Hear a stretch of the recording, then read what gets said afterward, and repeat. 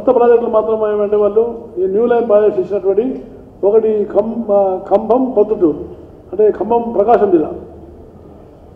జిల్లాలో ఉన్నటువంటి ఖమ్మం పొద్దుటూరు, తర్వాత మనకు మనుగూరు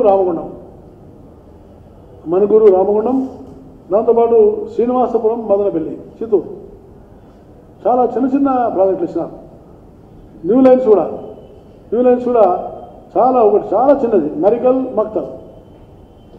మక్తల్ అంటే చాలా చిన్నది అసలు. పెద్ద ప్రాజెక్టులన్నీ పక్కన పెట్టేసారు. రాయచూర్ అండ్ పాండురంగ స్వామి అది కూడా అలానే చేశారు. ఈ రకంగా చూస్తే మనకు ఆంధ్రప్రదేశ్కు డబ్లింగ్లో కూడా చాలా అన్యాయం లేదు.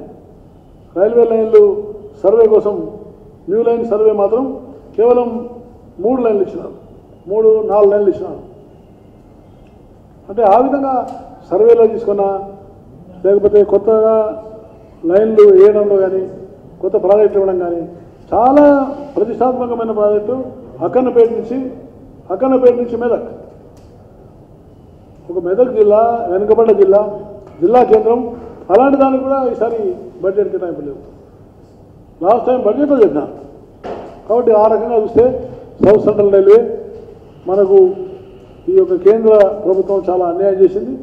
సో దీని మీద మనము ఇంకా మళ్ళీ రాష్ట్ర ప్రభుత్వం కూడా మళ్ళీ ఒత్తిడి చేయాల్సిన అవసరం ఎంతైనా ఉన్నది. న్యూ ట్రైన్స్ విషయంలో కూడా మనకు లాస్ట్ టైం 17 ట్రైన్లు అనౌన్స్మెంట్ చేశారు. 17 trains were announced, but flagged up was only 10. 17 ట్రైన్లు ప్రకటన చేసి 10 ట్రైన్లు వచ్చాయి. ఇంకా 7 ట్రైన్లు ఎప్పుడు వస్తాయి ఏం సంగతి తెలియదు. ఈసారి మాత్రం ఇచ్చినటువంటి ట్రైన్లు కూడా ఏ విధంగా ఉంటుందని చూడాల్సిన అవసరం ఉంది. ఏదేమైనా ఈ రైల్వే బడ్జెట్ మన ఆంధ్రప్రదేశ్కు చాలా నిరాశాజనకమైంది. దాంతోపాటు రైల్వే మంత్రి ఒక విషయాన్ని ఒప్పుకున్నాడు. ఏంటంటే ప్రమాదాలు ఏవైతున్నాయో ఇవి తగ్గినాయి, ఈ ప్రమాదాలు తగ్గినాయి, యాక్సిడెంట్ తగ్గడానికి కారణం ఏంటంటే రైల్వేలో టెక్నాలజీ పెరిగింది అని అన్నాడు.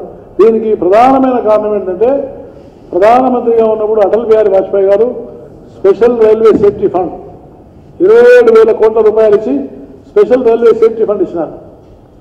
నేను మంత్రిగా ఉన్నాను. అవే ప్రాజెక్టులు మొన్నటిదాకా కొనసాగినాయి. కానీ ఈ బడ్జెట్లో మాత్రం స్పెషల్ రైల్వే సేఫ్టీ ఫండ్కి ఎక్కడ ప్రాధాన్యత లేదు.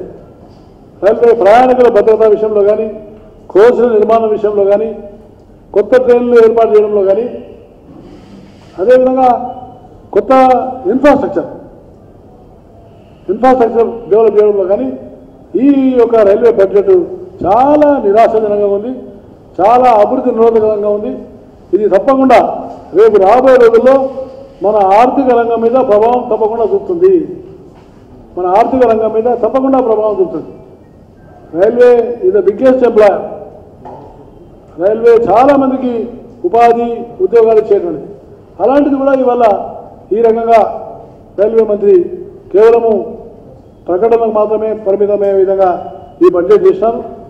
పైకి మాత్రం ఆయన చెప్పినారు ఏంటంటే ప్రయాణికుల రైల్వే స్టేషన్ డెవలప్మెంట్ గురించి ఒక 1000 కోట్ల రూపాయలతోటి ఒక సంస్థ రైల్వే స్టేషన్ డెవలప్మెంట్ సంస్థ నిర్మాణం చేస్తానని ఒకటి ప్రకటన చేసినారు.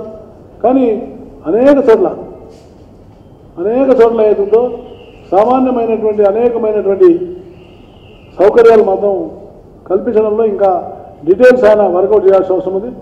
అది ఏది ఏమైనా ఇది చాలా మన రాష్ట్రానికి, మన సౌత్ సెంట్రల్ రైల్వేకు చాలా తీవ్ర నిరాశ.